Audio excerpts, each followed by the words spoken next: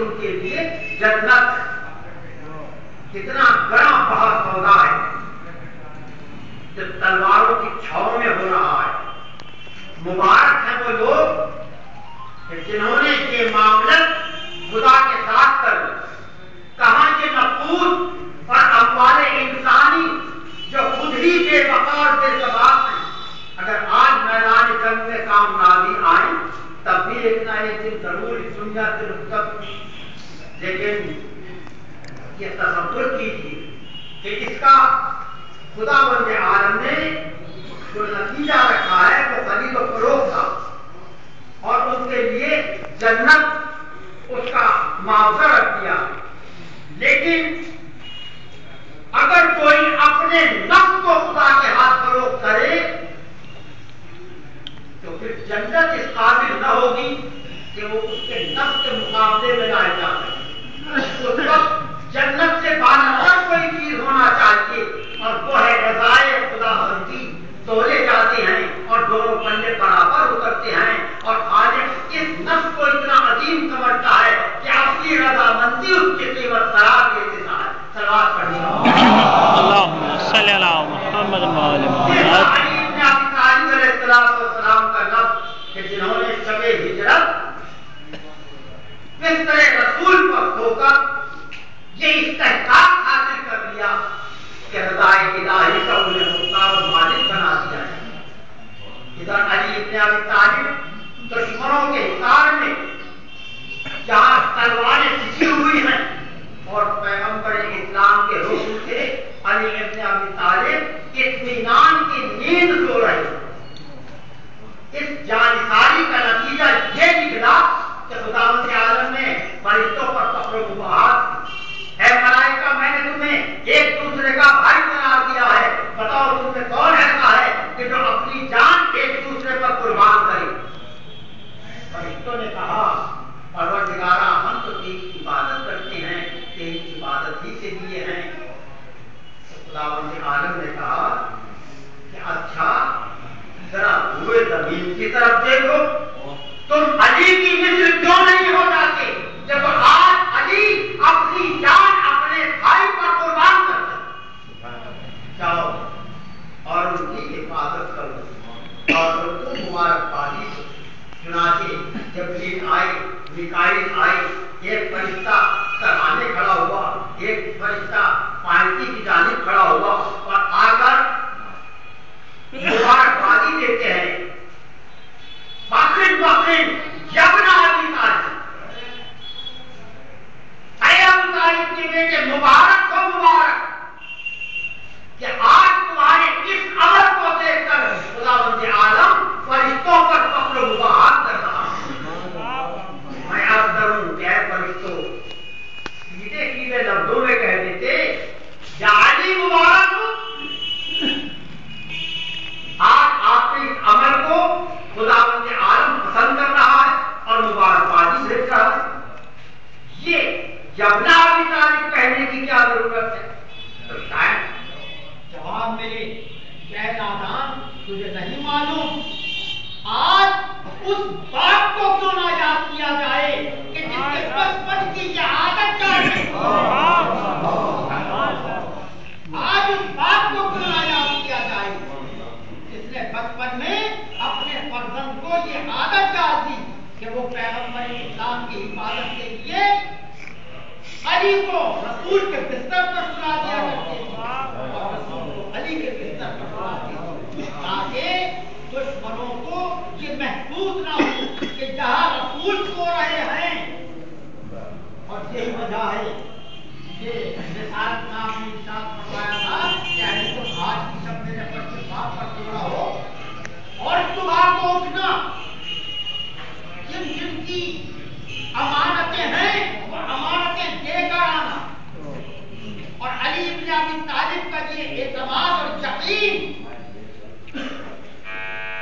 کہ چاہے کتنی ہی تلواریں کھینچی رہیں, چاہے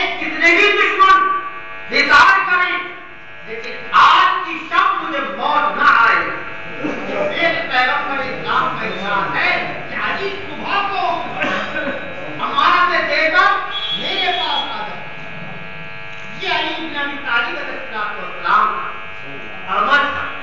میں عرض کروں یا علی آپ نے اپنی جان اپنے بھائی پر قربان کر دی, لیکن اگر آپ اپنی جان قربان نہ کرتے تو پھر کون کرتا؟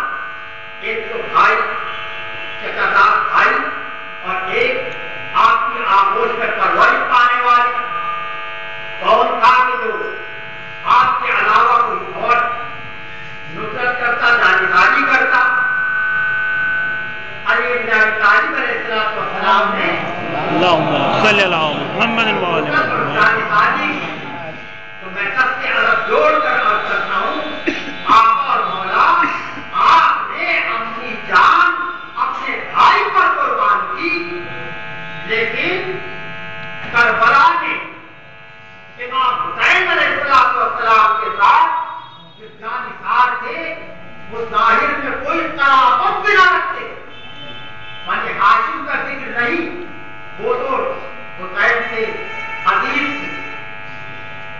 اصحاب کا ذکر ہے کہ جنہوں نے اپنی جان بیچ ڈالی تھی نصرت حضرت سید الشہداء. ارباب ادا آج محرم کی 12 تاریخ ہو گئی. آج آپ جناب سیدہ کو پرسہ دینے کے لیے آئے ہیں کہ آج مولا کا سویم, اور سویم میں وہ لوگ ضرور آتے ہیں جب کسی میت میں ان کی شرکت نہ ہو تو وہ سویم میں ضرور آ جاتے ہیں. لیکن ارباب ادا حسین کی میت میں شرکت کرنے والا تو کوئی نہ اور سویم کرنے والا بھی کوئی نہ تھا. تو اب جناب سیدہ اور جناب سید سجاد کس طرح اپنے باپ کا سویم کر. ارباب ادا کو وقت آیا کہ ظالموں نے اہل حرم کو اسیر کیا.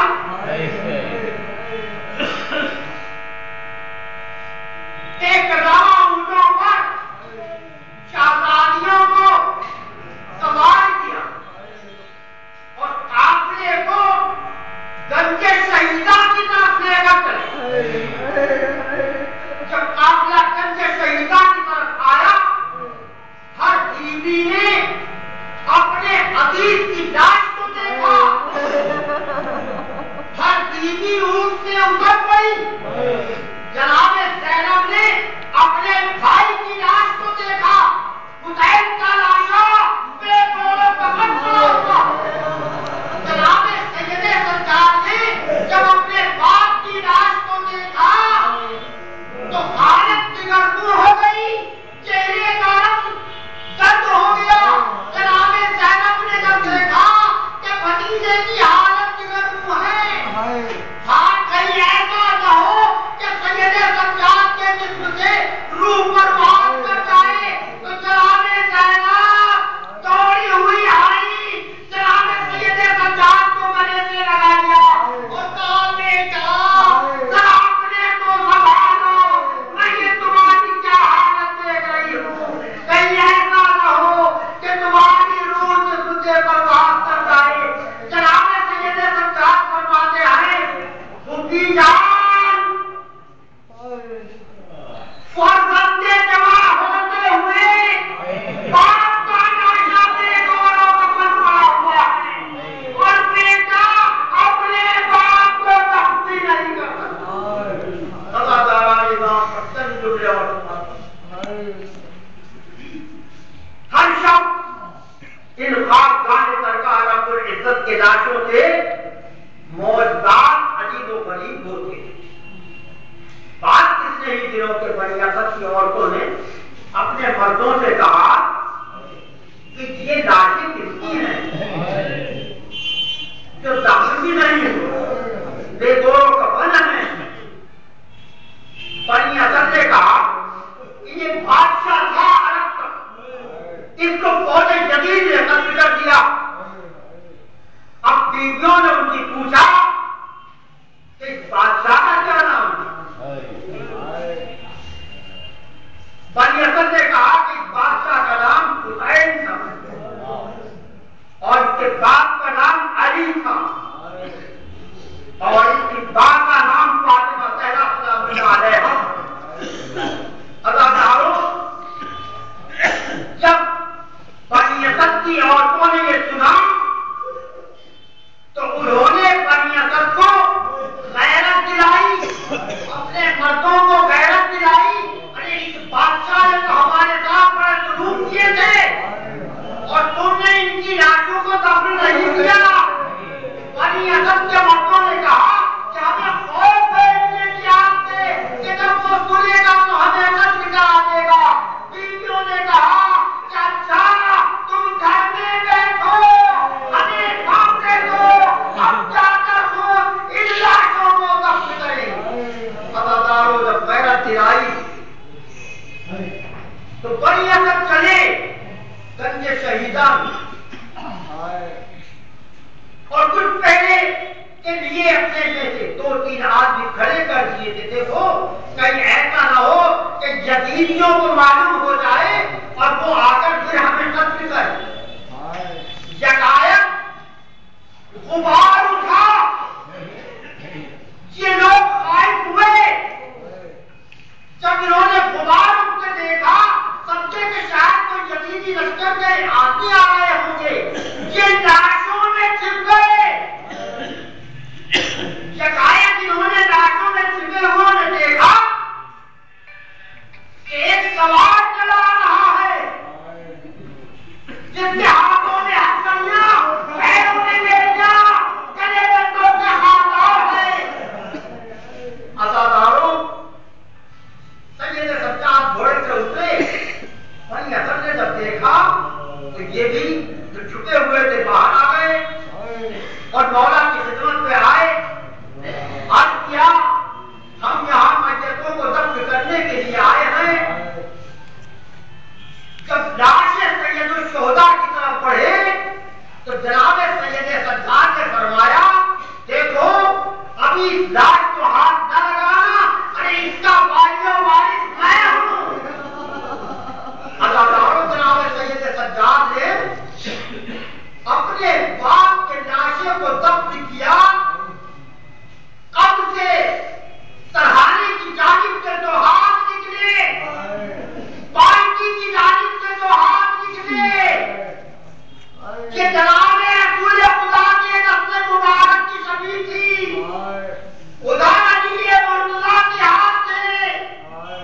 عزادارو، قبر سے آواز آ رہی تھی، اے سید سجاد، ارے ہمارے فرزند کے لاشے کو ہمیں دے دو، ہم اپنے ہاتھوں سے حسین کا لاشا دفن کریں۔ عزادارو، سید سجاد نے قبر میں لاشا اتارا۔ اس طرح سید سجاد نے اپنے باپ کو دفن کیا۔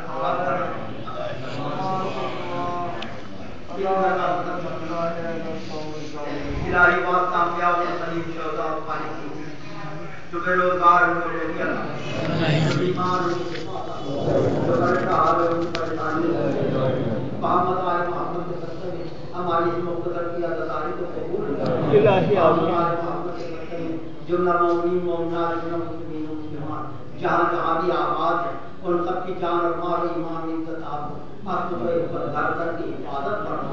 محمد آل محمد کے صدقے میں ہمارے گناہان کبیرہ و صغیرہ کو معاف فرما۔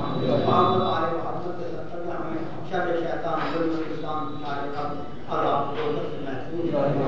محمد آل محمد کے صدقے میں ہمیں عزاداری میں منہمک رہنے کی توفیق فرما۔ پروردگارا جلد سے جلد امام مسلمانہ کا ظہور